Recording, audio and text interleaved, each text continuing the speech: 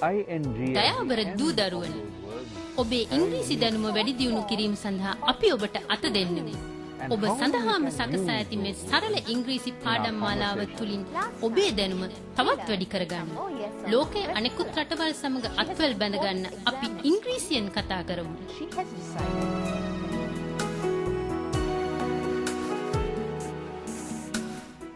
Sri Lanka is smaller than India. Land in Colombo is more expensive. Nuwara is colder than Hambantota.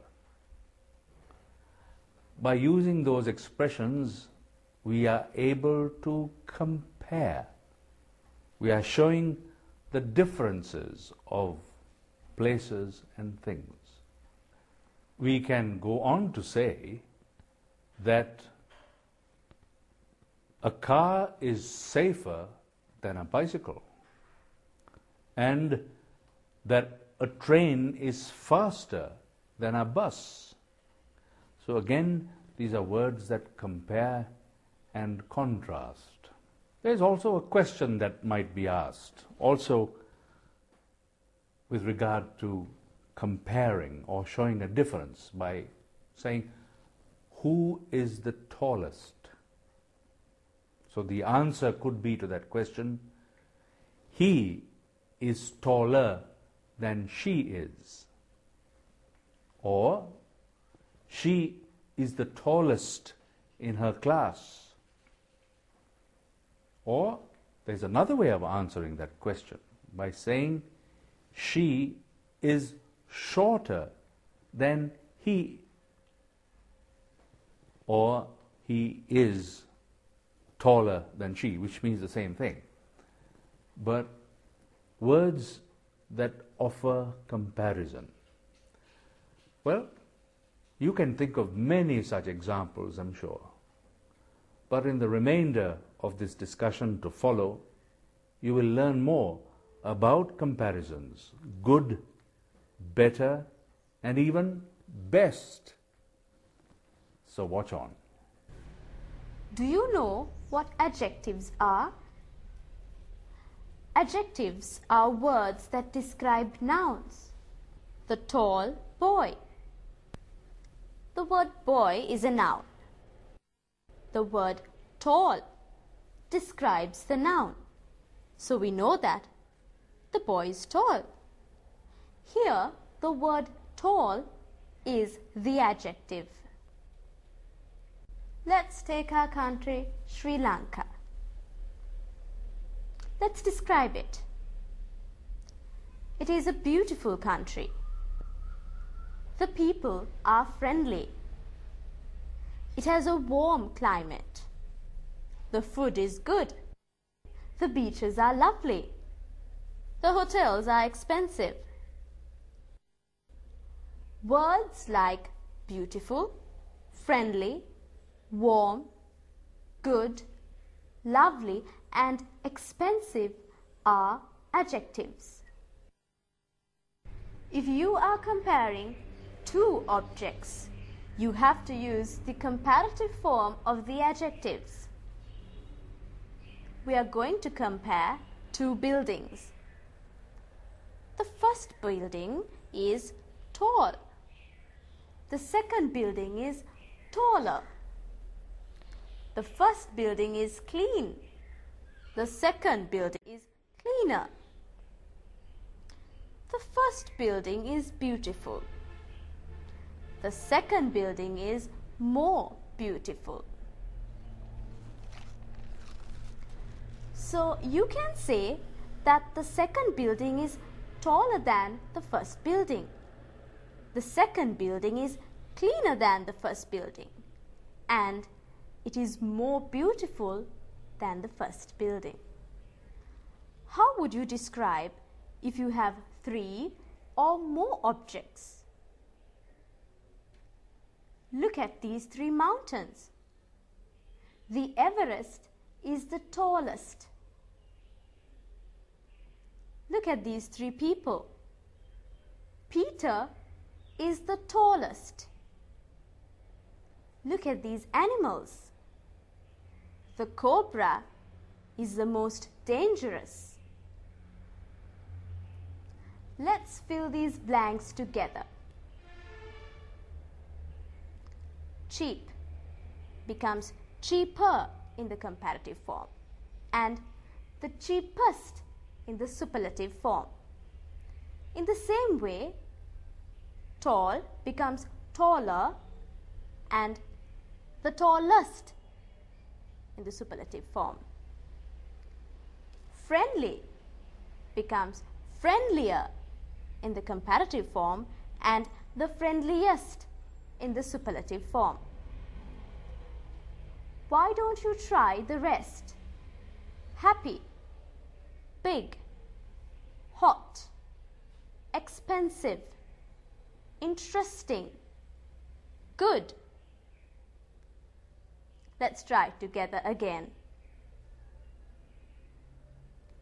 Happy, happier, happiest, big, bigger, biggest, hot, hotter, hottest, expensive, more expensive, most expensive, interesting, more interesting, and the most interesting. Good, better, the best. Now let's think of some words, shall we? Well, here's a good word to try and learn, get into our minds. Uniform. Uniform. What does that mean? I'm sure you will be thinking of a school uniform, or a policeman's uniform, or even a nurse's uniform, a pilot's uniform. There we are talking about clothes, specially designed clothing with specific or special coloring, and maybe even ornaments or accessories that are fixed on those items of clothing. With those, you recognize those people as performing certain duties or filling certain responsibilities. So we refer to that, what they wear, as a uniform. And school children also have a uniform, which usually might display a tie or even some colors on the pocket of the shirt to identify as ones who belong to a particular school. That's a uniform. But there is another meaning to uniform. Uniform also means in the same form. That is, in appearance, looking exactly like the others. For instance, we might think of a very tall post or pillar which is meant to attach a street light to. Yes, a lighting pole or a pole for lights. The shape of that pole we refer to as of uniform shape. That means it has a shape from the bottom to the top just the same. It appears at the top and at the bottom looking the same. It is a uniform shape. Railway lines or railway tracks, the same. When you look at the rail tracks, you could say that they have a uniform shape. That's also a meaning of uniform. So there we are, two meanings for uniform. One for clothing and one to describe shape or form. There's another word, and that is perhaps. Perhaps. What do you understand by the term or word perhaps? Well, look in your dictionary and There you would find a reference explaining what that means. Look in your dictionary, and there you will find what perhaps means. It is a word which indicates something indefinite, meaning we cannot be sure of something, but it could occur or be the way that one thinks it might be. And therefore, we say perhaps. I think we can understand it better if we use it in a sentence. You can think of a sentence, and I will tell you one. Well, sometimes at the end of the day, when we look at the sky, we notice certain colors in the sky. And there are people who will be able to look at the sky and tell you what kind of weather we will have the following morning. So such a person could say, by looking at the sky, looking at these colors, perhaps it will rain tomorrow. Are we sure it will rain tomorrow? No. It might rain tomorrow.